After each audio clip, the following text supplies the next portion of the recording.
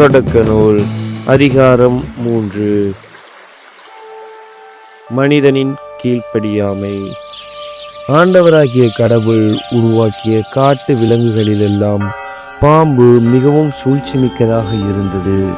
அது பெண்ணிடம், கடவுள் உங்களிடம் தோட்டத்தில் உள்ள எல்லா மரங்களிலிருந்தும் உண்ணக்கூடாது என்றது உண்மையா என்று கேட்டது.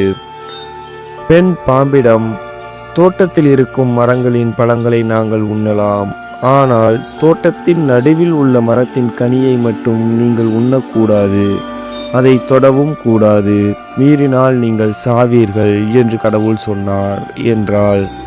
பாம்பு பெண்ணிடம், நீங்கள் சாகவே மாட்டீர்கள், ஏனெனில் நீங்கள் அதிலிருந்து உண்ணும் நாளில் உங்கள் கண்கள் திறக்கப்படும், நீங்கள் கடவுளைப் போல் நன்மை தீமையை அறிவீர்கள் என்பது கடவுளுக்கு தெரியும் என்றது. அந்த மரம் உண்பதற்கு சுவையானதாகவும் கண்களுக்கு களிப்பூட்டுவதாகவும் அறிவு பெறுவதற்கு விரும்பத்தக்கதாகவும் இருந்ததைக் கண்டு பெண் அதன் பழத்தை பறித்து உண்டாள். அதை தன்னிடமிருந்த தன் கணவனுக்கும் கொடுத்தாள், அவனும் உண்டான்.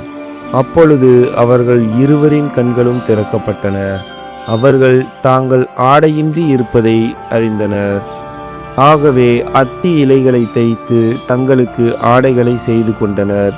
மென்காற்று வீசிய பொழுதினிலே தோட்டத்தில் ஆண்டவராகிய கடவுள் உலவிக் கொண்டிருந்த ஓசை கேட்டு மனிதனும் அவன் மனைவியும் ஆண்டவராகிய கடவுளின் திருமுன்னிருந்து விலகி தோட்டத்தின் மரங்களுக்கு இடையே ஒளிந்து கொண்டனர்.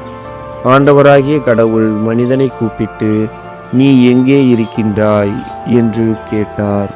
உம் குரல் ஒளியை நான் தோட்டத்தில் கேட்டேன், ஆனால் எனக்கு அச்சமாக இருந்தது, ஏனெனில் நான் ஆடையின்றி இருந்தேன், எனவே நான் ஒளிந்து கொண்டேன் என்றான் மனிதன். நீ ஆடையின்றி இருக்கின்றாய் என்று உனக்கு சொன்னது யார்? நீ உண்ணக்கூடாது என்று நான் விலக்கிய மரத்திலிருந்து நீ உண்டாயோ என்று கேட்டார். அப்பொழுது அவன், என்னுடன் இருக்கும்படி நீர் தந்த அந்த பெண் மரத்தின் கனியை எனக்கு கொடுத்தாள், நானும் உண்டேன் என்றான். ஆண்டவராகிய கடவுள், நீ ஏன் இவ்வாறு செய்தாய் என்று பெண்ணை கேட்க, அதற்கு பெண், பாம்பு என்னை ஏமாற்றியது, நானும் உண்டேன் என்றாள். கடவுளின் தீர்ப்பும் வாக்குறுதியும். ஆண்டவராகிய கடவுள் பாம்பிடம், நீ இவ்வாறு செய்ததால் கால்நடைகள், காட்டு விலங்குகள் அனைத்திலும் சபிக்கப்பட்டிருப்பாய். உன் வயிற்றினால் ஊர்ந்து உன் வாழ்நாள் எல்லாம் புழுதியை தின்பாய். உனக்கும் பெண்ணுக்கும் உன் வித்துக்கும் அவள் வித்துக்கும் பகையை உண்டாக்குவேன். அவள் வித்து உன் தலையை காயப்படுத்தும், நீ அதன் குதிங்காலை காயப்படுத்துவாய் என்றார். அவர் பெண்ணிடம், உன் மகப்பேற்றின் வேதனையை மிகுதியாக்குவேன், வேதனையில் நீ குழந்தைகள் பெறுவாய், ஆயினும் உன் கணவன் மேல் நீ வேட்கை கொள்வாய், அவனோ உன்னை ஆள்வான் என்றார். அவர் மனிதனிடம், உன் மனைவியின் சொல்லை கேட்டு உண்ணக்கூடாது என்று நான் கட்டளையிட்டு விலக்கிய மரத்திலிருந்து நீ உண்டதால் உன் பொருட்டு நிலம் சபிக்கப்பட்டுள்ளது. உன் வாழ்நாளெல்லாம் வருந்தி அதன் பயனை உழைத்து நீ உண்பாய். முட்செடியையும் முட்புதரையும் உனக்கு அது முளைப்பிக்கும், வயல்வெளி பயிர்களை நீ உண்பாய். நீ மண்ணிலிருந்து உருவாக்கப்பட்டதால் அதற்கு திரும்பும் வரை நெற்றி வியர்வை நிலத்தில் விழ உழைத்து உன் உணவை உண்பாய். நீ மண்ணாய் இருக்கின்றாய், மண்ணுக்கே திரும்புவாய் என்றார்.